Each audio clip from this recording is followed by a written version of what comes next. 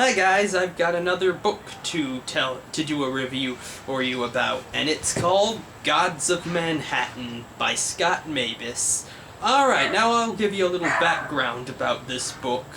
It involves this 13-year-old kid named Rory Hennessy from New York City, and he's pretty good at seeing past magicians' tricks. In fact, there's basically no trick he cannot find a flaw in. But then one day, at his little sister's birthday party, he encounters this magician named Hex, who does this trick he just can't find any holes in.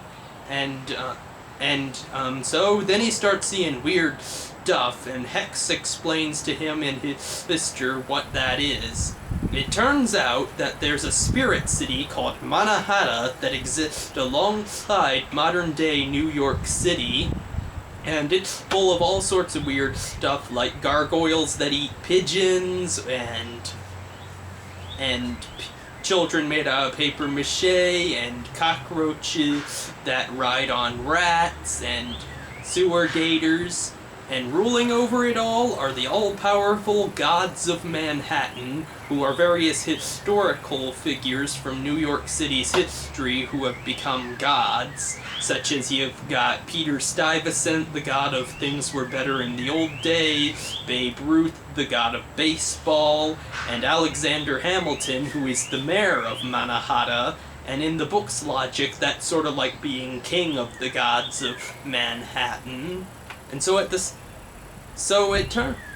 these gods have children, like Peter Stuyvesant has a son named Nicholas, Frederick Douglass has a son named Lincoln, Adrian Vanderdonk has a daughter named Alexa, and so on. And so these kids are looking for Rory because they see that all around them Manhattan is falling to pieces, but the gods are doing basically nothing about it.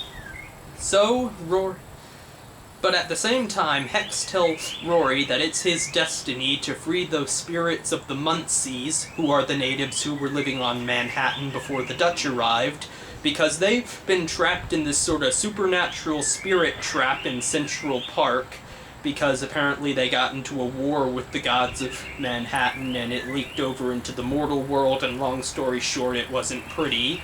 So anyway, he's gotta free them, but the spirit kids are but the children of the gods are trying to find him too, because they're worried that if that happens, the Muncie are pretty angry for being trapped all those years, and they're probably gonna get into a war with the gods, and it could leak over into the mortal world and cause all sorts of bad things to happen from New York City.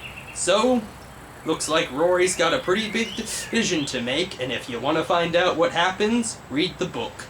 Alright, now, some things I'm gonna tell you about the book. Alright, I am a huge history fan, and I loved the way the writer incorporated all these historical figures from New York City's history and recast them as gods of Manhattan. I saw familiar ones like Babe Ruth, Alexander Hamilton, Aaron Burr, Dorothy Parker, and stuff, but I also saw ones I wasn't familiar with, like from the Dutch period of New York City's history, like Peter Stuyvesant and Adrian Vanderdonk, and it was interesting to learn about them.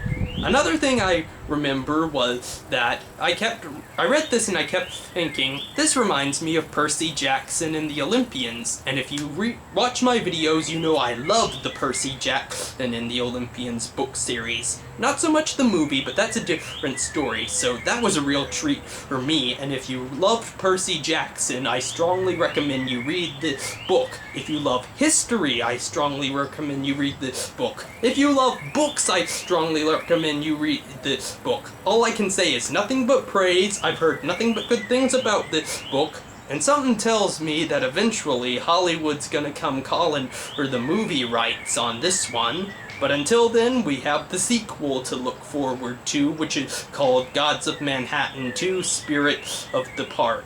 So I'm looking forward to that, and I highly recommend it. Gods of Manhattan by Scott Mebus, and that's pretty much it.